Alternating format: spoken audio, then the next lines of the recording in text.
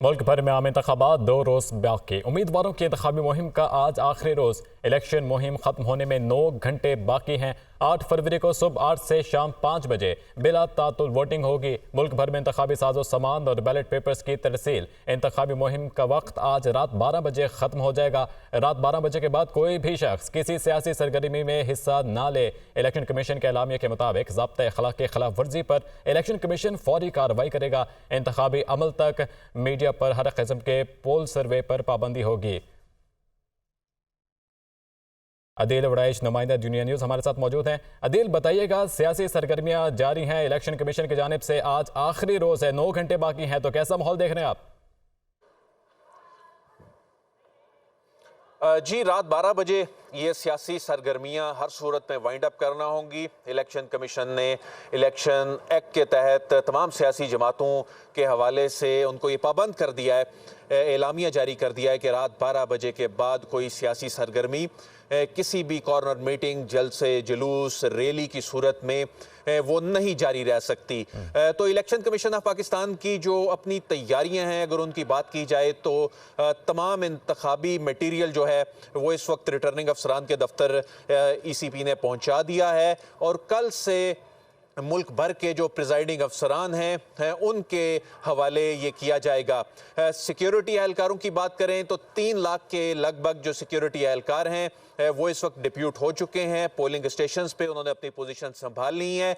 3 tier में security रखी गई है। पहले टियर में पुलिस है, दूसरे टियर में कानून नाफिज करने वाले जो दीगर सिविल आर्म्ड फोर्सेज हैं, जबकि हसास तरीन पोलिंग स्टेशन पे चौथे टियर पे पाक फौज के जवान जो हैं वो तैनात कर दिए गए हैं। जो अब से कुछ देर पहले तक लाहौर, मुल्तान, बहावलपुर और गुजरांवाला गैरिजन से पंजाब के दीगर अजला में इलेक्शन सिक्योरिटी के लिए पाक फौज के जो जवान हैं वो जा चुके थे और उन्होंने अब तक की जो इतलात हैं उन्होंने अपनी जो पोजीशंस हैं वो संभाल ली हैं। तो इसके अलावा फौज जो है वो क्विक रिस्पांस फोर्स के तौर पे भी तैनात होगी।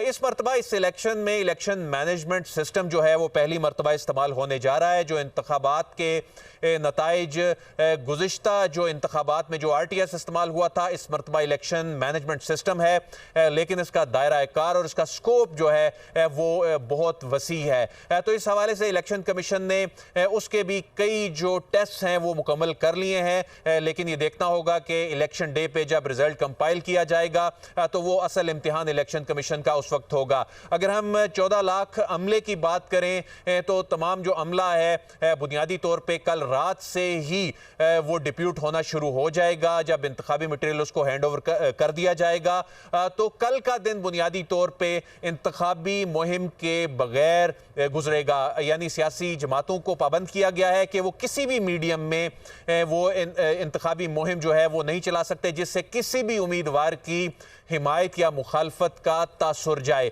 तो बुनियादी तौर पे कल का जो दिन होगा यानी रात 12 बजे के बाद से परसों सुबह 8 बजे तक का वो इंतखाबात की तैयारियों की जो उसको हतमी शक्ल जो देनी है, एग्जीक्यूट करना है पोलिंग स्टेशन की सतह पर, यानी वफाक की सतह से ये मुल्क भर में तमाम रिटर्निंग अफसरान जो कि 859 रिटर्निंग अफसरान हैं वहां तक एग्जीक्यूट हो गया और उसके बाद अब 90,700 पोलिंग स्टेशन जो मुल्क भर में बनाए गए हैं वहां तक इसको एग्जीक्यूट जो करना है वो अगले चंद घंटों में ये अमल शुरू हो जाएगा। जी अदील, बताइएगा, चूंकि इलेक्शन के दौरान सिक्योरिटी के खदशात हैं तो इंटरनेट सर्विस जो है वो मुअत्तल की जा सकती हैं?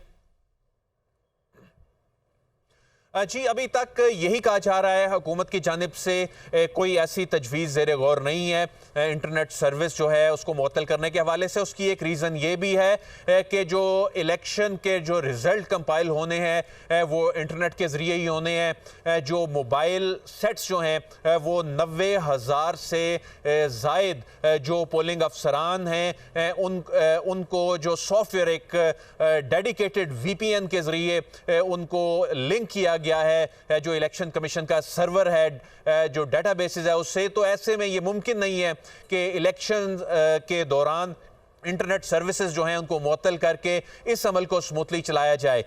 अगरचे बहुत से हसास तरीन पोलिंग स्टेशन और इस हवाले से थ्रेट्स जो हैं वो मौजूद थे, लेकिन कानून नाफिज करने वाले इदारों ने इस हवाले से वो बड़े पुरज़्म हैं कोई ऐसी कोई सिचुएशन जो है वो 8 तारीख को जो है वो पेश नहीं आने दी जाएगी। और इंटरनेट सर्विसेज जो हैं जो वजारत दाखिला से हमने जानने की कोशिश की, वजारत दाखिला के जो हुकाम हैं उनका कहना है कि ऐसी कोई अंडर कंसिडरेशन नहीं है, क्योंकि उसकी रिकमेंडेशन के ऊपर जो है वो पीटीए मोबाइल सर्विसेज जो है और इंटरनेट सर्विसेज उसको मुअत्तल करता है। तो अभी तक ना तो मोबाइल सर्विस के हवाले से जो स्पेकुलेशंस हो रही थी और जो इंटरनेट सर्विसेज के हवाले से जो कियास सराइयां हो रही थी, तो अभी तक हुकूमत की जानिब से कहा जा रहा है कि ये सर्विसेज मुअत्तल नहीं की जाएंगी। जी।